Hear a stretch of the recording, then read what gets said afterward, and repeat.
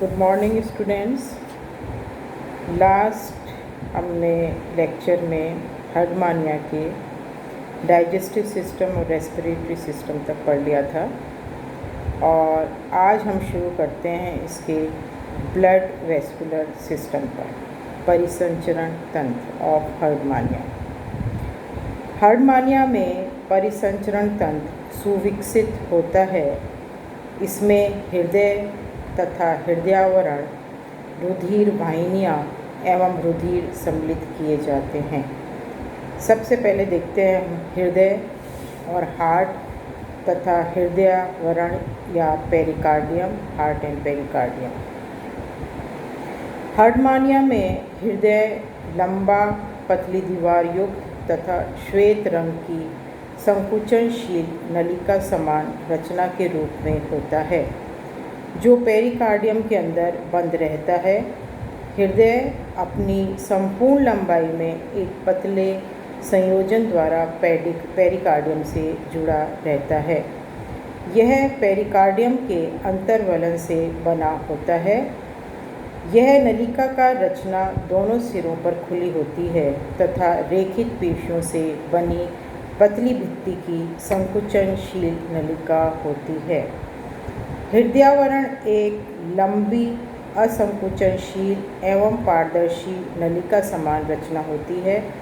यह 7 सेंटीमीटर लंबी एवं 3 मिलीमीटर चौड़ी नली होती है, जो शरीर में दाहिनी ओर एंडोस्टाइल एवं यकृत के दाहिनी पिंड के बीच दाहिने जनन के नीचे स्थित होती है तथा यह दोनों सिरों से बंद होती है। देह में यह अधर पृष्ठ स्थित होती है। हृदयावरणी गुहा और पेरिकार्डियल कैविटी में एक रंगहीन द्रव्य भरा रहता है, जिसमें रुधिर के समान कणिकाएँ और कार्पसल्स पाई जाती हैं। हृदयावरण की मोटी भित्ति संयोजी ऊतक से बनी होती है, जिसमें रक्तपात होते हैं।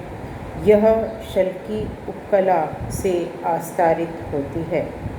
हृदयावरण में नाशपाती के आकार की पियर शेप रचना पाई जाती है, जो मुक्त रूप से गति करते हुए हृदय में रक्त के प्रवाह को संचालित करती है। ये तो हुआ हृदय के बारे में। अब हम देखते हैं इसकी रुधिर वाहिनियाँ, ब्लड वेसल्स। हर्डमानिया में रुधिर वाहिनियाँ सुविकसित होती हैं। बड़ी वाहिनी में निश्चित भित्ति पाई जाती है, परंतु छोटी वाहिनियों में इसका अभाव होता है। हर्डमानिया में बड़ी वाहिनियाँ एवं इनकी शाखाएं निम्न होती हैं। पहली है इसमें बड़ी जो पाई जाती है अधर महाधमनी और वेंट्रल एओर्टा। दूसरी है पृष्ठ महाधमनी।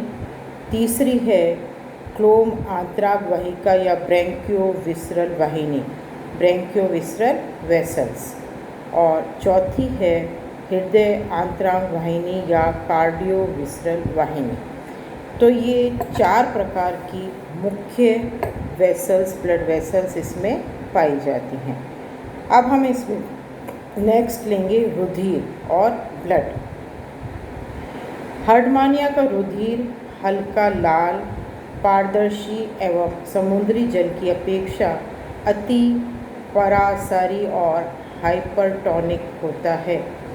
इसमें कुछ रंगहीन अमीबीय श्वेताणु, अमीबॉइड ल्यूकोसाइट, 6 या 7 प्रकार की रंगीन कणिकाएँ, कलर्ड कार्पसल्स, केंद्रक युक्त अथवा अकेंद्रित एवं कुछ रिक्तिकाएँ युक्त कणिकाएँ होती हैं। कणिकाओं में उपस्थित वर्णक और पिगमेंट नारंगी, पीला भूरा अथवा पीला हरा हो सकता है, परंतु लाल कभी नहीं होता है। हर्डमानिया के हृदय में रुधिर के प्रवाह को नियमित करने हेतु कपाट और वाल्व्स नहीं होते हैं। जो इसका रुधिर का प्रवाह होता है उसके लिए वाल्व नहीं पाए जाते हैं। रुधिर का प्रवाह क्रमांकुचन तरंगों और पेरिस्टेलेटिक वेव्स के द्वारा नियमित बना रहता है। एसिडियन जंतुओं का हृदय संपूर्ण जंतु जगत में अपने रुधिर के प्रवाह को नियमित रूप से एवं एकांतर क्रम से विपरीत दिशा में भेजने हेतु विशिष्ट होता है। इस प्रकार के प्रवाह में हृदय के क्रमानुकुंचनी संकुचन पेरिस्टेलेटिक कॉन्ट्रैक्शन तरंगों के रूप में हृदय के एक सिरे से दूसरे सिरे तक चलते जाते हैं। इन संकुचनों में कई स्पंदन के साथ चले जाते हैं। इसके उपरांत थोड़ा सा विराम आता है, जिसके पश्चात संकुचन पुनः प्रारंभ होता है, परंतु इस बार संकुचन तरंगे विपरीत दिशा और रिजर्व डायरेक्शन में चलती हैं। अर्थात इस प्रकार रक्त प्रवाह एकांतर क्रम में विपरीत दिशाओं अधर व पृष्ठ में होता रहता है। ऐसा देखा गया है कि जंतु जगत में ऐसा कोई अन्य उदाहरण नहीं है जिसमें रक्त का प्रवाह विपरीत दिशा में होना पाया जाता है।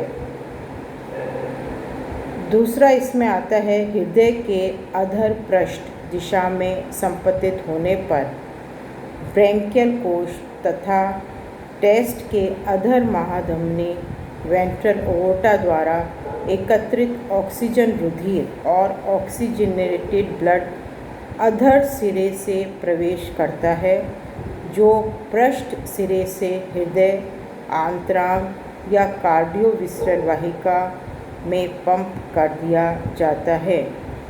यह वाहिका रुधिर को टेस्ट, आहारनाल, आंतरांग एवं जनन पिंडों को वितरित करती है। आंतरांगों से अशुद्ध रुधिर क्लोम आंतरांगों या ब्रैंकियोविसरल वाहिनी द्वारा एकत्रित करके पृष्ठ महाधमनी डॉर्सल अओर्टा को भेज दिया जाता है, जहां से यह शुद्धिकरण और ऑक्सीजनेटेड हेतु अनुप्रस्थ क्लोम वाहिका या ब्रैंकल वाहिका ट्रांसफर ब्रैंकियल वेसल्स में आ जाता है।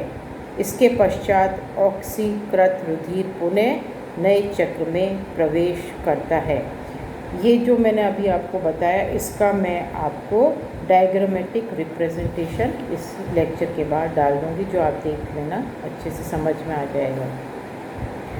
हृदय से विपरीत दिशा अर्थात पृष्ठ अधर डॉर्सो वेंट्रल दिशा में स्पंदन होने पर आंतरांगों से हृदय आंतरांग वाहिका या कार्डियोविसरल वाहिका द्वारा संग्रहित अशुद्ध रुधिर अधर महाधमनी अर्थात वेंट्रल ओवोटा को पंप करके अनुप्रस्थ ब्रैंकियल वाहिनी ट्रांसवर्स ब्रैंकियल वेसल जिसको हम कहते हैं, और फिर परिग्रसनी वाहिनी सर्कमफेरेंजियल वेसल्स एवं उप स्पर्शक वाहिनी सब टेंटिकुलर वेसल्स को वितरित किया जाता है।